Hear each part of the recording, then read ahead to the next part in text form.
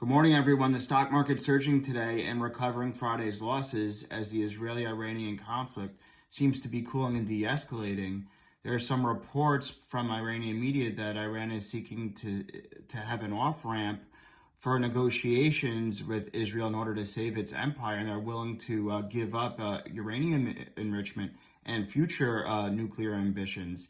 At least that's a preliminary report. Obviously, we have to see what happens. But look, this comes after Israel targeted Iranian nuclear facilities as well as some nuclear scientists from Iran and they're head of their Revolutionary Guard. So their nuclear regime is crippling for Iran. So it looks like they're trying to seek a de-escalation, come back to the table in terms of negotiations. But either way, that's good for the market. And oil actually dipped. We were fearing that oil would rise a lot because Israel was targeting Iran's oil fields and refineries. However, the reason I think oil is dipping is because the fact that Iran having a nuclear weapon is off the table is the biggest risk in perhaps a shock black swan event that the market was scared of, if Iran used their nuclear weapons. And the fact that they're not, the fact that their nuclear weapons are depleted and hurting their nuclear ambitions might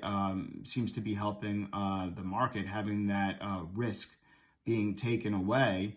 And the fact that they're looking to de-escalate the situation and perhaps have a nuclear deal, and President Trump also seeking a deal with Iran and Israel, it seems like that's likely to happen, and that de-escalation is outweighing the fact that Israel targeted some of Iran's oil refineries. So that de-escalation should help oil prices go down, and gold, I believe, is retreating a little bit. We certainly saw signs of fear with the Israel-Iran conflict on Friday in the markets. However, I found a chart since 1896 in Dow Performance.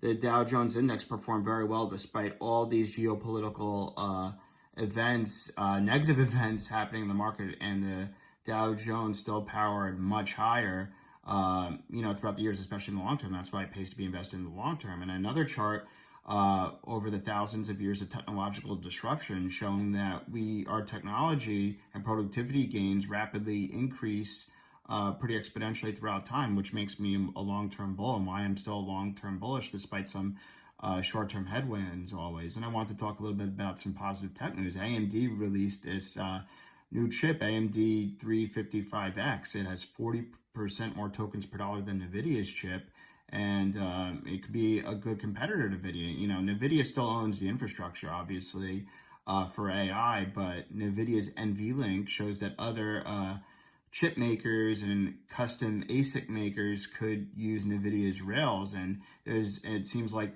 as the pie gets bigger, multiple chip makers like AMD could benefit, especially if their chips are cheaper and there's more tokens per dollar, 40% more than NVIDIA.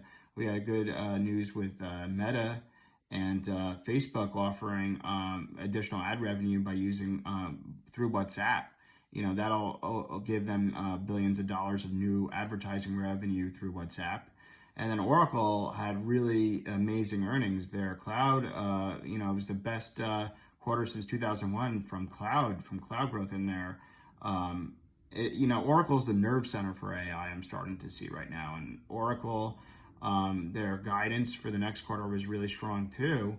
And Oracle is definitely the nerve center. And I'm seeing, the demand for AI is still outstripping the supply by a lot and a wide margin.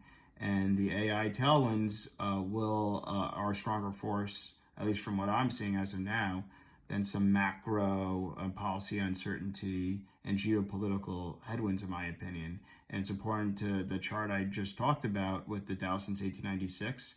Helps you tune out that noise whenever you hear some panic and, bears talking about, these geopolitical events. The market always goes higher in the long run.